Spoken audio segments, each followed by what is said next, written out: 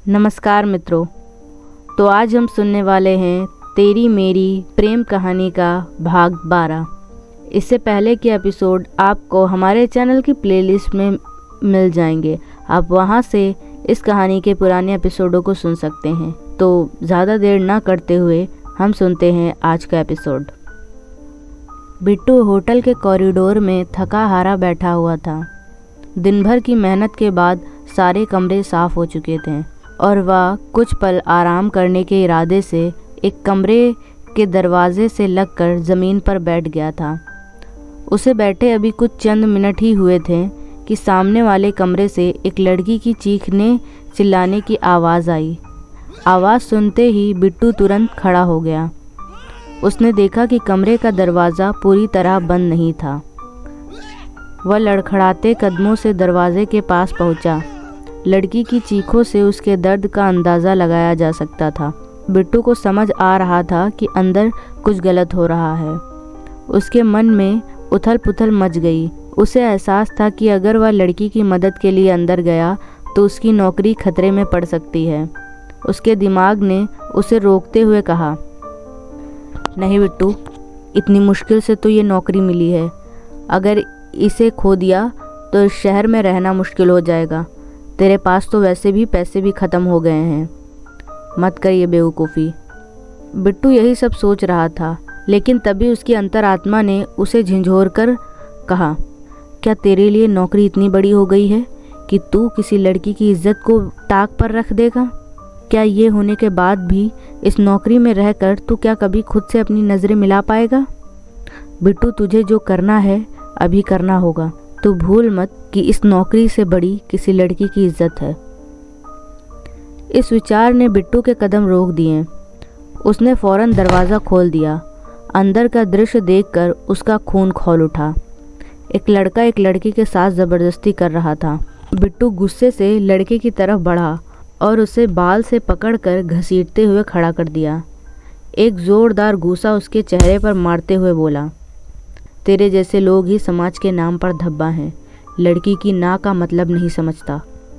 लड़का तमतमाते हुए उठा और चिल्लाया, तू जानता भी है मैं कौन हूँ? मेरा बाप कौन है? बिट्टू ने एक और मुक्का उसके चेहरे पर जड़ते हुए जवाब दिया, तेरा बाप चाहे जितना भी बड़ा आदमी हो, पर उसने तुझे ये नहीं सिखाया कि लड़की की इज्जत कैसे करनी चाहिए। इससे ही पता चलता है कि तेरा बाप कौन हो सकता है। लड़का गुस्से में बिट्टू पर टूट पड़ा, लेकिन बिट्टू को लड़ाई में महारत हासिल थी। उसने कुछ ही मिनटों में उस लड़के को पस्त कर दिया। फिर उसने लड़की की तरफ देखा और धीरे से कहा, भागो यहाँ से, सुरक्षित निकल जाओ। ये सुनकर वो लड़की अपने अस्त व्यस्त कपड़ों को ठीक करती है और कमरे से तुरंत निकल जाती है। थोड़ी देर में मामला होटल के मैनेजर तक पहुँच गया। जैसा कि बिट्टू ने सोचा था वही हुआ। वह लड़का किसी अमीर बाप का बिगड़ा हुआ बेटा निकला और बिट्टू को तुरंत नौकरी से निकाल दिया गया। बिट्टू ने कोई सफाई नहीं दी। वह जानता था कि उसने जो किया है वह सही था। होटल से बाहर निकलते हुए उसके कदम भारी थे, लेकिन उसका दिल हल्का। उसने पैसे बचाने के लिए होटल से सिद्धू के कमरे तक का सफ़र पैदल तय किया। रात के 12 बजे वह वहां पहुंचा। दरवाजे पर हल्की दस्तक दी। थोड़ी देर बाद सिद्धू ने आधी नींद में दरवाज़ा खोला और उसे देखकर वापस बिस्तर पर सोने चला गया। बिट्टू भी थका हुआ था। उसने ज़मीन पर चादर बिछाई और गहरी नींद में सो गया। उस रात भले ही उसने अपनी नौकरी गंवा दी हो, लेकिन उसने अपनी आत्मा को जीत लिया था। अगला दिन सुबह की पहली किरण के साथ बिट्टू जाग गया। कल रात की थकावट के बावजूद वह सुबह जल्द ही उठा और किचन में लग गया। जब सिद्धू जागा तो नाश्ता तैयार देखकर उसका मूड खिल गया। उसने देखा कि बिट्टू किचन में काम कर रहा था। खटिया से उठते हुए सिद्धू ने मजाकिया लहजे में कहा, तो भैया पहले दिन नौकरी कैसा रहा? बिट्टू ने बिना उसकी तरफ देखे हल्की आवाज़ में कहा, कुछ खास नहीं। सिद्धू ने चौंकते हुए पूछा, अच्छा ऐसा क्या हुआ भैया? और तुम ये बताओ, तुमका नौकरी जाए देर नहीं हो रही है का? बिट्टू ने शांति से जवाब दिया, नहीं, अब मैं वहाँ काम नहीं कर सकता। सिद्धू ने यह सुना तो हैरान रह गया। अरे भैया, ई का कह रहे हो? अभी कल है तो तुम्हारी नौकरी लगी और तुम आज ही कह रहे हो कि तुम नहीं जा सकते? ई का मतलब है? अरे भैया, ऐसे है तुम अगर काम करियो तो तुमका इंदौर में नौकरी नहीं मिली।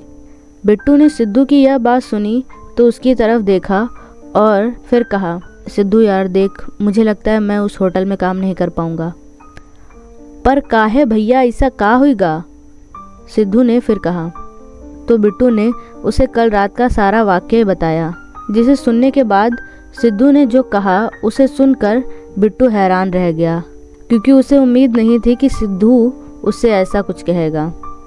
सिद्धू ने मुस्कुराते हुए कहा, तू सही किया यार, हमका तोहरे पर गर्व है। नौकरी तो आज जात रही और कोई तुझे और अच्छी नौकरी मिल जाई, लेकिन अगर एक लड़की की इज्जत चली जाते तो वापस कभी नहीं आ पाती। इसलिए हमका तोहरे पर बहुत गर्व है। और वैसे भी वह नौकरी कोई खास नहीं रहे, देखना तुमका कोई और अच्छी नौकरी मिल जाई। वैसे भी जो इंसान दूसरे के साथ अच्छा करत है, ऊपर वाला उसके लिए कुछ अच्छा जरूर सोचे होते है। सिद्धू की बात सुनकर बिट्टू के चेहरे पर सुकून भरी मुस्कान आ गई। वह भावुक होकर सिद्धू के गले लग गया। इसके बाद सिद्धू नहाने चला गया और नाश्ता करके अपनी ऑटो लेकर काम पर निकल गया। दूसरी तरफ बिट्टू एक बार फिर इंदौर की सड़कों पर नौकरी की तलाश में भटकने लगा। सुबह से दोपहर और दोपहर से शाम हो गई, लेकिन कहीं भी नौकरी की बात नहीं बनी। उसे लगने लगा था कि जिन जिन जगहों पर वह गया है, वहाँ के लोग जैसे पहले से ही तय करके बैठे थे कि उसे मना ही करना है।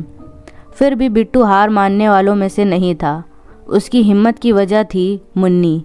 उसके मन में एक ही ख्याल था, मुन्नी के लिए मुझे अपनी जान भी लगानी पड़ी तो मैं तैयार हूँ। थक हार कर बिट्टू पैदल ही अपने कमरे की तरफ लौट रहा था, जब उसकी नज़र एक रेस्टोरेंट पर पड़ी। रेस्टोरेंट देखकर उसके कदम रुक गए। उसकी आंखों में चमक और दिल में पुराने ख्वाब जाग उठे। उसने खुद को उस पुराने पल में खोते हुए पाया, जब वह और मुन्नी साथ बैठे बातें कर रहे थे। उस दिन उसने मुन्नी की आंखों में देखते हुए कहा था, देखना मुन्नी, एक दिन मैं खुद का बहुत बड़ा सा रेस्टोरेंट खोलूँगा। ऐसा रेस्टोरेंट जहाँ अंदर जाते ही लोगों को ऐसा लगे कि वो प्रकृति के करीब आ गए हैं। वहाँ झरने होंगे, समुद्र जैसा माहौल होगा और एक सुकून देने वाला माहौल होगा। और सबसे बड़ी बात, वहाँ तुम होगी मेरे साथ। उस रेस्टोरेंट की मालकिन तुम होगी। तुम उस रेस्टोरेंट की देखभाल करोगी। मुन्नी ने ये सुना तो उसकी तरफ शरारती मुस्कान के साथ जवाब दिया, तो तुम क्या करोगे बिट्टू?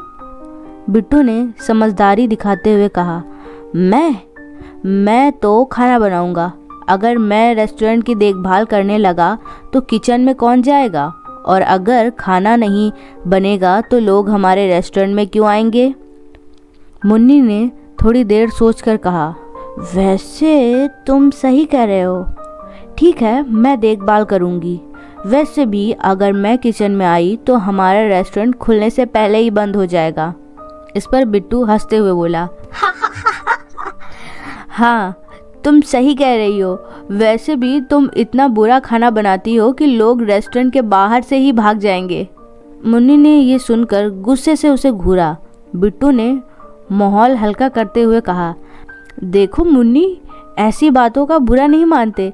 अब सच तो सच होता है ना। यह कहकर वह तेजी से उठा और भागने लगा। मुन्नी गुस्से से उसकी तरफ दौड़ते हुए चिल्लाकर कहती है, ठहर जा बिट्टू, तुझे पकड़ लिया ना तो तुझे ऐसा खाना बना के खिलाऊंगी कि तू जिंदगी भर याद रखेगा। इन यादों ने अनायास ही बिट्टू के चेहरे पर मुस्कान ला दी थी। उस रेस्टोरेंट को देखते हुए उसने खुद से वादा किया, एक दिन मैं अपना सपना ज़रूर पूरा करूंगा मुन्नी। तो मित्रों, हमारा आज का चैप्टर यहीं समाप्त होता है, पर जाने से पहले कुछ सवाल हैं जो मैं आपके लिए छोड़ जाना चाहती हूँ। तो आपको क्या लगता है कि बिट्टू अपना सपना कभी पूरा कर पाएगा?